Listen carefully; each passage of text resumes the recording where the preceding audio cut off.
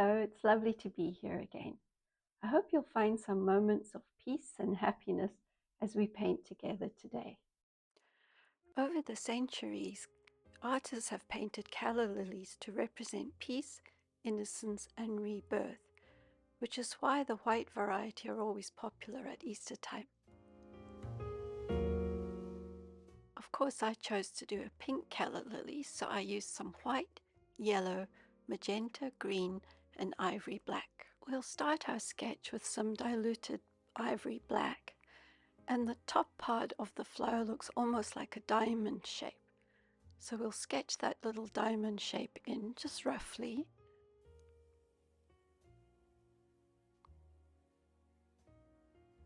And then on the right hand side of the flower there's a little triangle, so we'll pop that in. And for the bottom of the flower we'll paint almost like a cylinder shape. And then we'll repeat that on the left hand side for the second flower.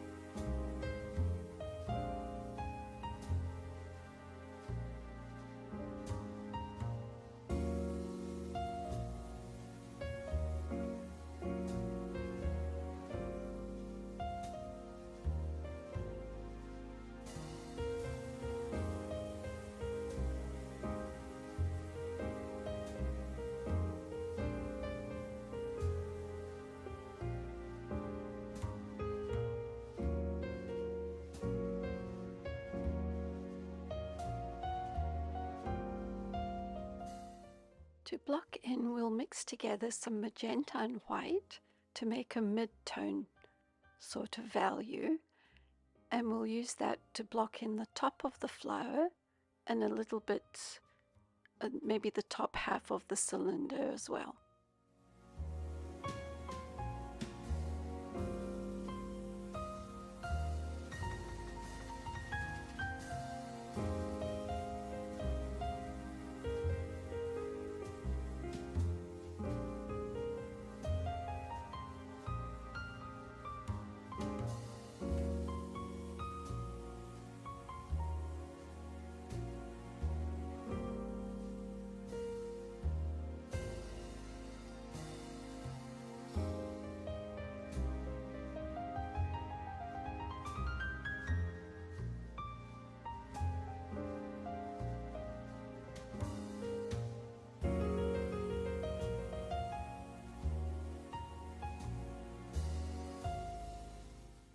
For the bottom of the flower, we'll mix together a nice light yellow with our yellow and white and sort of blend it upwards into the pink.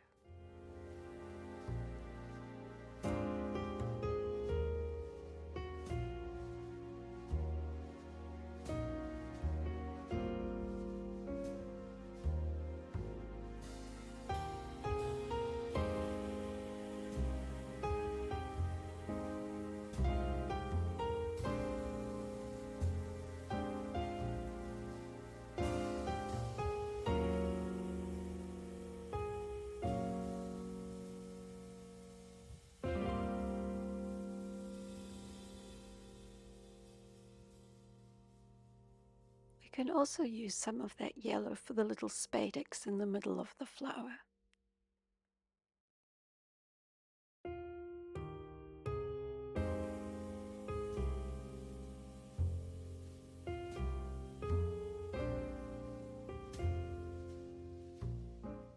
We can mix together some sap green with a little bit of that yellow now for the stem.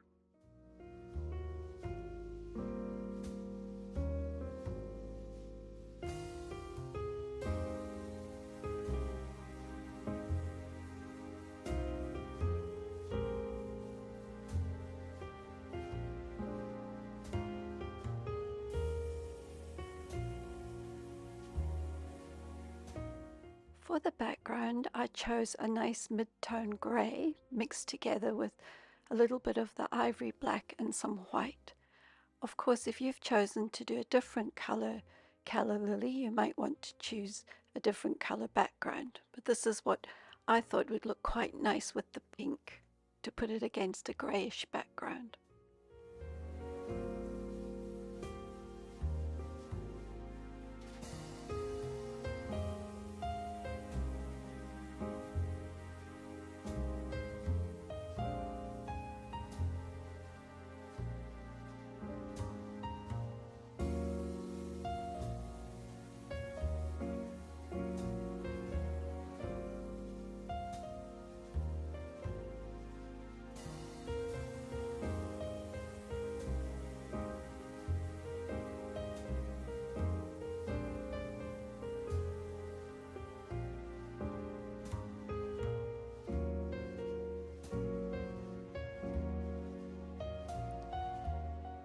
Just going to take a soft clean brush now and smooth out any lines or imperfections in the background and in the flower petals as well.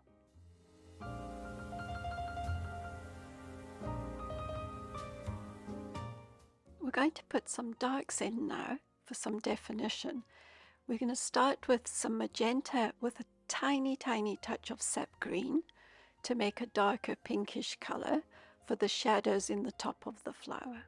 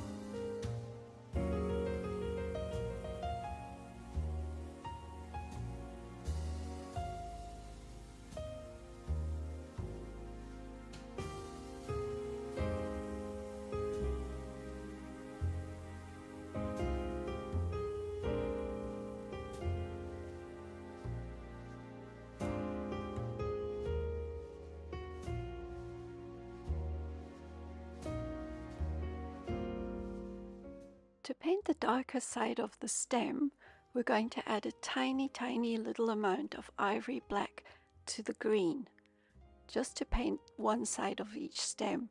You can also extend that color just on the brush, just the color that's left on the brush, up into one side of the flower to create a little bit of a shadow there.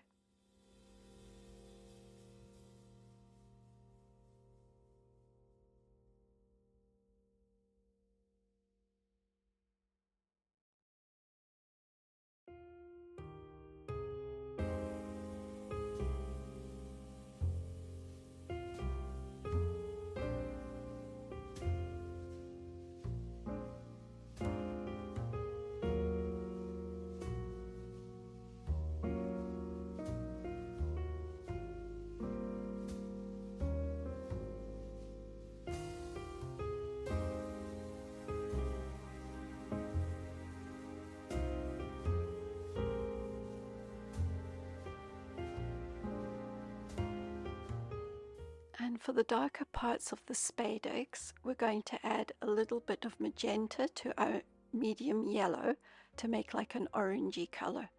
And that will be mostly at the bottom of the spadix. It'll get lighter as we go towards the top. You can also add some of that orangey color into the cylindrical part of the flower, just to give it a bit more form.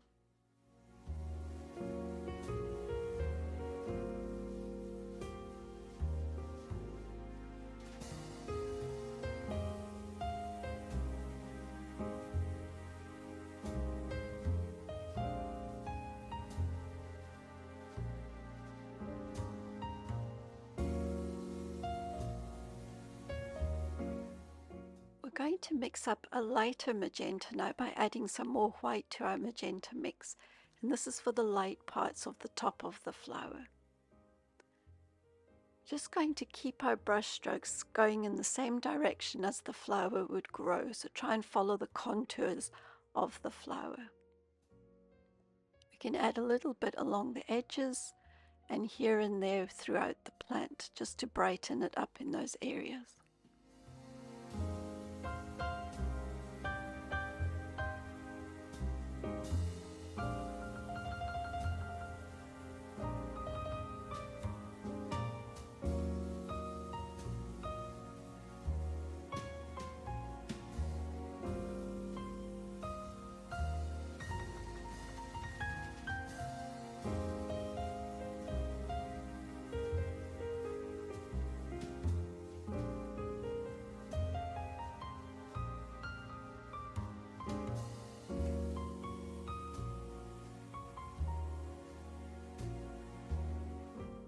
Once we've done that, we can soften all our brush strokes out with a nice clean dry brush.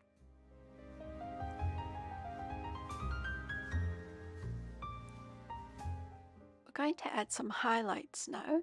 We're going to use a little bit of white mixed with our medium yellow, and we want really a very light yellowy color, not pure white. So we're just going to find little areas here and there that we can lighten up where the light might hit the flower in certain ways.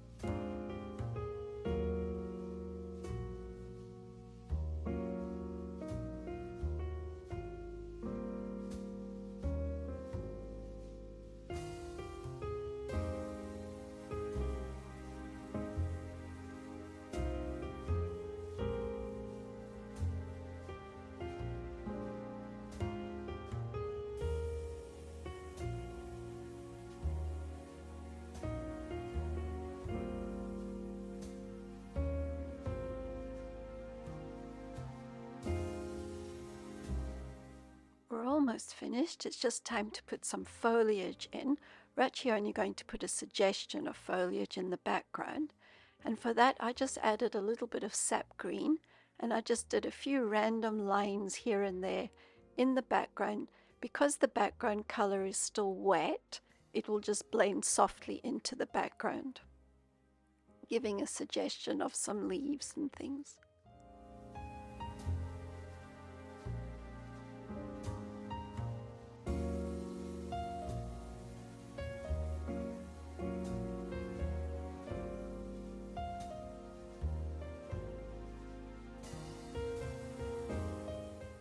For darker foliage, you can add a tiny little amount of ivory black to your sap green.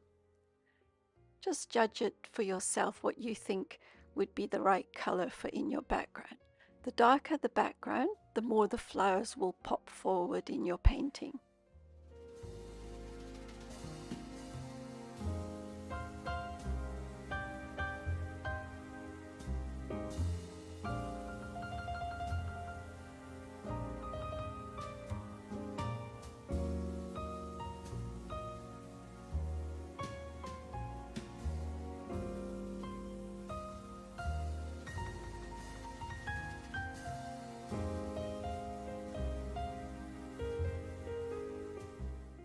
And here we have a beautiful lily painting. As mentioned at the beginning of this tutorial, I'm looking forward to making something extra creative with this painting. My friend Lucy from Creative Lucy Makes and I will be collaborating together to make something special using this painting. So if you'd like to see the results, follow the link in the description box to visit her channel, and I'll see you over there. Thank you so much for watching this tutorial. If you enjoyed it, please give it a thumbs up, and if you haven't already, please consider subscribing, and I'll see you all soon. Yes, thanks for the reminder, Holly. Lilies are actually poisonous to cats, so this painted version should be much safer to have around.